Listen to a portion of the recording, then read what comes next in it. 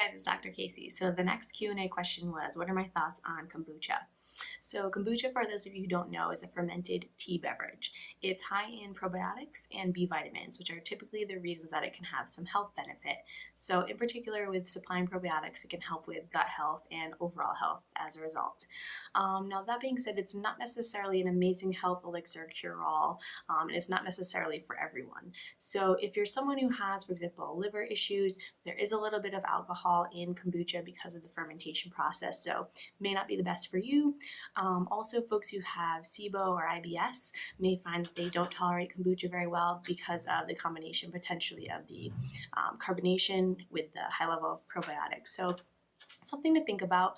But overall, it's a pretty safe beverage to drink. It's certainly a great replacement for someone who maybe has a soda addiction going on. Diet soda and regular soda are both absolutely terrible for your health. So if you can replace that with kombucha, that would be an awesome move. But also think about, in terms of the amounts that you're drinking, you probably don't need to have, a full 16 ounces of kombucha every day. Probably a cup is about enough. And when you're looking for certain ones, if you're buying your kombucha, you want to look for the ones that have the least amount of residual sugar. So go ahead and read the label and make sure that there's, I would say, about like 2 grams or less of sugar left over in a serving of kombucha. That's kind of a good goal. You also want to make sure that the other things that they're adding in there are good. So, organic juices or other things. Read the ingredient label for sure.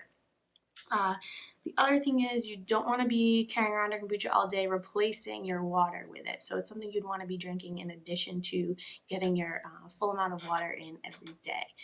So hopefully that helps. You can also play around making your own kombucha. I know a lot of people who do this. I personally have not done that, but it can be a fun experiment, and also you can control what's in there when you do it that way. So go ahead and enjoy your probiotic rich beverages, and I'll talk to you soon.